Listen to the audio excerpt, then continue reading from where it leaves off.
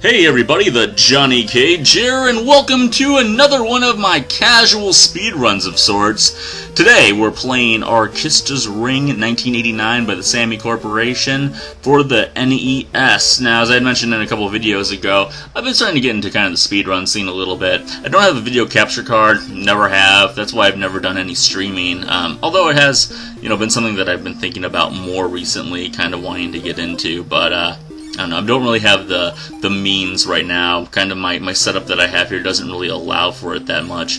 But this is one of those games that I've just kind of discovered and really got into. As you can see here, it's kind of just like an action game with some puzzle and role-playing elements to it. There's quite a bit of RNG, which makes it kind of difficult to say whether or not it's a good speedrunning game, because there's not a lot of stuff that is for sure going to happen in it.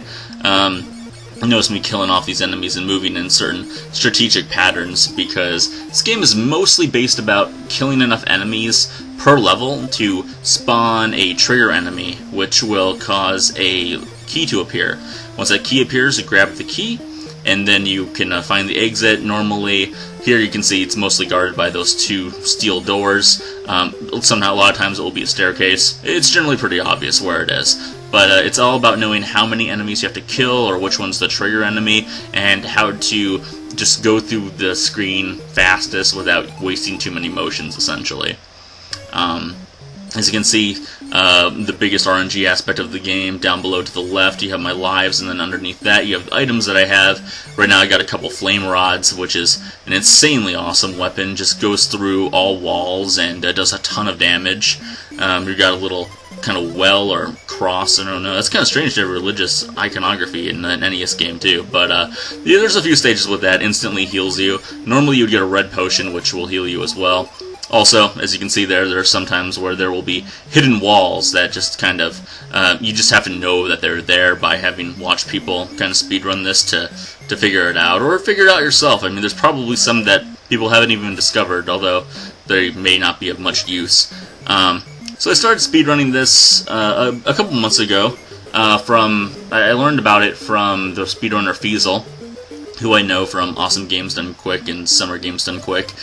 He's a real fun guy to watch. He's really attentive with talking to the people that are watching the stream, and he plays a lot of really obscure NES games, and that's certainly something that I can get behind. But this is one of them that just kind of stuck out to me.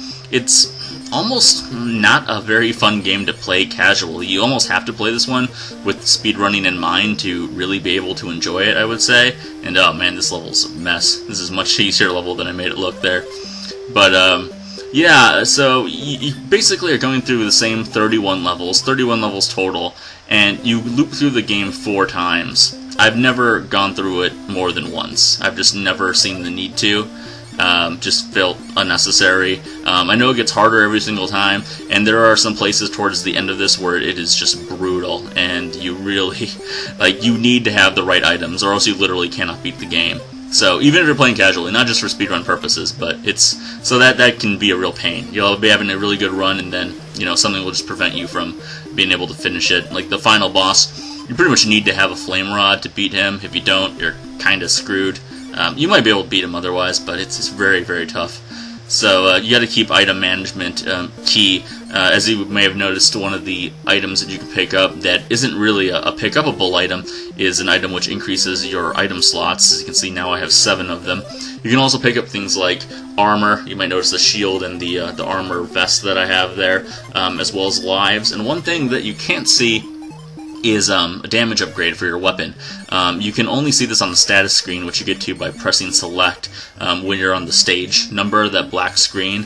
By the way, you have to mash buttons to move through that screen, or else it will just stay on that screen until you push the button. So, if in case you're wondering about speedrunning this game, keep that in mind, because it's something I didn't really know from the very get-go. But, so as long as you can get your weapon up to the most damaging amount, and you get really good drops as far as the items, like having 3 flame rods, that's great. The blue one is the undead hammer, as I call it. I think it's called something else, but yeah, that's what I call it. And it kills everything that's undead, which I don't know. I guess their clarification of what is undead and what isn't kind of differs compared to what people might think. So you kind of got to play around with it to get a better understanding of what is and what is not an undead. Some are obvious, some not so much. But you know, it's a pretty fun game to be able to just, when you have like 15 minutes or so just to kind of go through it. Should mention that the world record as of now in this game is 12:27, and my personal best is 14:30. I don't know if I'm going to get it a lot higher than that. I'll still play this occasionally just for the heck of it, but that was a really awesome run. I got really lucky. There are a few stages in particular coming up here where there are multiple exits potentially. There'll just be like upwards of like 10 staircases, and one of them will be the correct one to go to, and if you choose the first one and it's that one right off the bat, then you're going to save yourself literally like 2 minutes compared to if you get it's the very last one or something of that sort. So all about knowing what kind of enemies to defeat, and like those black guys down there, they would be susceptible to the undead hammer. That one that's in the third spot, that is basically the same for the undead as the undead hammer, but it kills all normal enemies on the screen. Sometimes it can take 2 to kill all the enemies. Like later on, we'll be facing some ninjas, and oh god, ninjas are the bane of this game. Absolutely, they are terrible.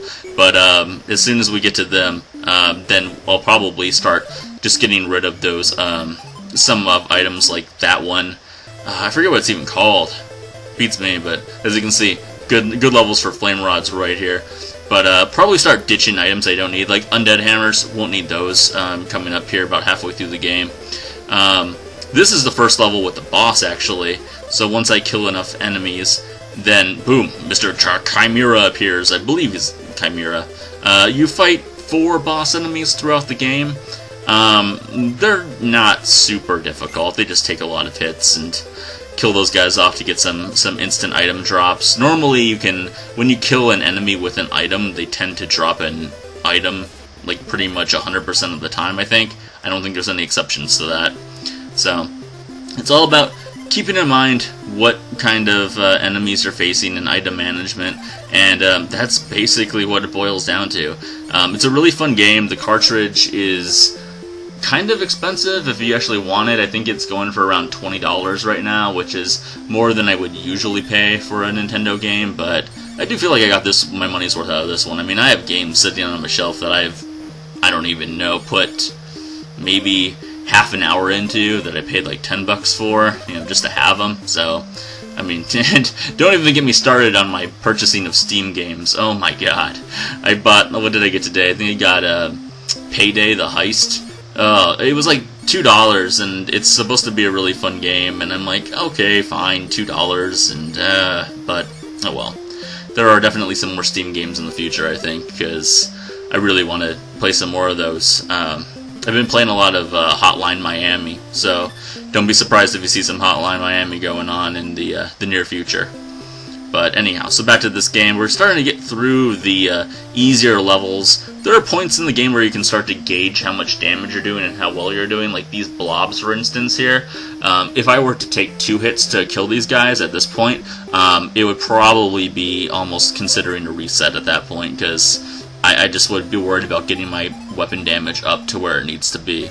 And this stage is an automatic reset if you do not have a flame rod, because you can just use the flame rod, go through these rows of enemies, and boom, key appears. If you don't have the flame rod, you've got to go down where we started, go up into that crappy little area right there, kill off the enemies you need to, and yeah, you're never going to recover from that much of a loss. So you might as well give it up right there. These little floaty head guys, they're good for getting, get dropping items. And that's just a thing. This is getting to the point where item management is going to become more important. So, like right there, I used the undead hammer, killed off the 2 skeletons that were behind this gate, just because undead hammers, they're basically useless at this point in the game. So, keep that in mind. I also have a weird little item. You might notice that on the bottom row there, just above that just below the armor vest. Oh, here's the vampire, the boss number 2. This guy's pretty cool, actually. I like his little coffin next to him. But Yeah, so that probably does something special. I just don't know what that one does in particular. I know there's one that's a little pendant that gives you like 100 extra points for each step that you walk. And I'm going to go touch this guy's coffin and get full health. Woo! I normally wouldn't do that, but since this is kind of a casual speedrun, might as well. That actually brings up another good point about dying in this game. So you get 10 continues on top of the lives that you have. And let's say you were in a level and you use something like a flame rod or just any item in particular. Well, actually, it'd have to be an item that stays with you, so it would have to be, I think, just a flame rod. Yeah, so you would use the flame rod, and if you died, even if you had to use one of your 10 continues, you would still have that flame ability for that level. So, oh, nice. Wow, that was weird. It didn't take it the first time. Okay, cool. So that was also the first level where it can have multiple branching paths, and you just have to find the right one. So that was lucky right there. That level, that probably saved a minute, maybe, probably not a minute, but probably like 45 seconds there. Kill off these jellies. And this is a good place too if you have another undead hammer, just to use it right here at the end, because then these guys will instantly drop a couple of items. And hopefully we'll get something decent. Oh, nice. Okay, good. Those are, I don't know what they're really supposed to be, but they're called ninja stunners, and they do exactly as you would expect. Oh, this is a fun level. Hopefully this is the exit. That would be great, because there's so many exits here again. Nope. Oh well. That's the only one you can get to right away, so now I gotta kill off a bunch of guys. But, they stun ninjas, and ninjas are freaking fast. They tend to be faster than you and do a ton of damage. They don't have a lot of defense or hit points, whatever you want to consider it, but that was our first one that we could run into right there. And now it's just a matter of finding the right staircase, and this is going to be brutal. I think I would say if you don't get this in the first, like, maybe 3 chances, because there's that one that's open right away, and then there are these other 2, and of course I didn't get it. And then there are another 2 that have 2 staircases on them, but if it's not one of those 3, again, probably a reset right there. So now it's just a matter of finding the right one, and anytime it takes longer than this, that is not a good sign. Oh, hey, there's a potion. Nice. Alright, well, about, what is this, door number 6? Nope, no luck down door number 6. Oh, stupid ninja. Oh, no, I wasn't even looking. Yeah, so my excuse for the day is that I'm also not using my NES controller. USB controller. It's completely busted, and I need to get a new one, but in the meantime I'm using my Logitech controller that I normally use for basically any other sort of game, but it's not great for Nintendo games. I just don't like how receptive it is, and it also doesn't move diagonally, so luckily this isn't a game where I have to move diagonally, but if it was, then I'd be in trouble. Oh, so there we go. That's exactly how you want to do that room. Kill off that flying guy as soon as you kill enough dudes. He's the trigger. And kill him, and then get the hell out of there, because you do not want to deal with ninjas. And speaking of ninjas, we're about to get into the ninja heaven of sorts, or ninja hell, whatever you want to call it. This is the third boss. Once again, the Chimera. I mean, with the flame rod, he just goes down no problem. And we enter the final area. Stage... was it 17? No, that's going to be right. I think this is closer to the end.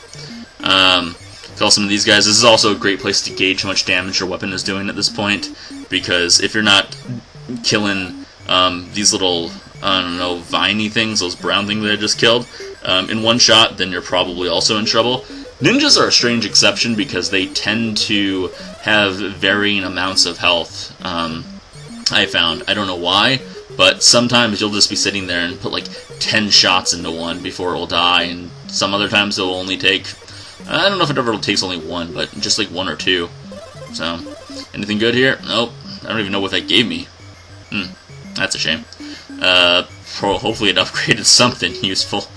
Yeah, so obviously you want to always try to keep one slot in your item slot open at all times, because then it allows you to pick up items that you might need. You know, otherwise you just go to waste some really good stuff. I mean, basically right now all that I need are some flame rods and as many ninja stunners as I can get. Like 3 flame rods and 4 ninja stunners would probably be ideal at this point, but that's not going to happen, so kind of got to let it go.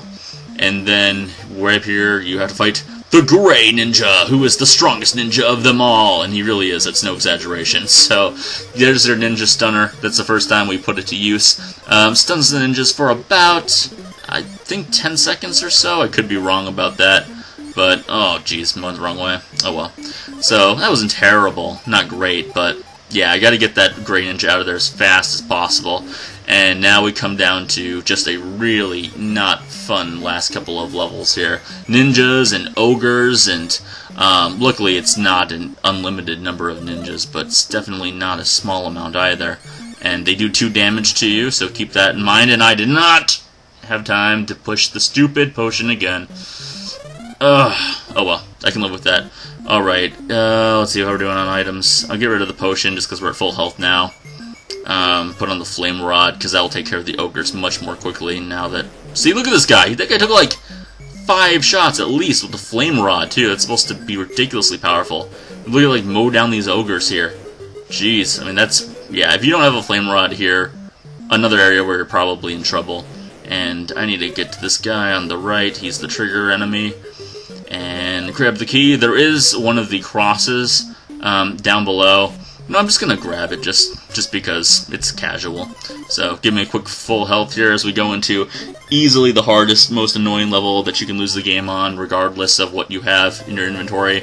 So ninjas, unlimited number of them. Forget getting the key, because you have to kill a ton of them for them to spawn. Tons and tons of false staircases to lead you out of here.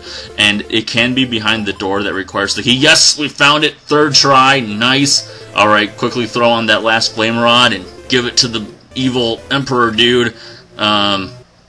Whose name I forget. I don't even know if he's got a name. It's not Arkista. Arkista's the town that we're from. And I don't even need... And that was Arkista's ring that he dropped right there. So, but I don't need that. We need to get the heck out of here. There we go. Come on. Just go around the staircase, why don't you? And boom! That's time. Yeah, so time officially for this game starts at movement on the first stage, and officially ends when you grab the key there, just in case you wanted to know if you care to speedrun this game yourself. And that's it. Yeah, and so you basically play through this game 4 loops, and that was the first loop.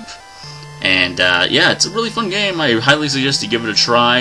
It might not be worth actually buying a physical copy of it, but as far as speedrun games go, once you figure out the basic strategies, it's really fun, and I don't know why I just freaked out there and went back to the start screen. It's not supposed to do that, but I'll just say that was some sort of an emulator glitch thing. Anyhow. So hey guys, that's Arkista's Ring in a nutshell. Pretty fun game. Not a bad run, too, all things considered. So check it out for yourself. If you want to make a video of it and post it here as a response of, you know, showing me how much better you are at this game than I am, then please, by all means, that's what it's here for. Anyhow, guys, it's been the Johnny Cage. Thanks a lot for watching, and I will be back with you guys next week with another awesome video. Stay classy, San Diego.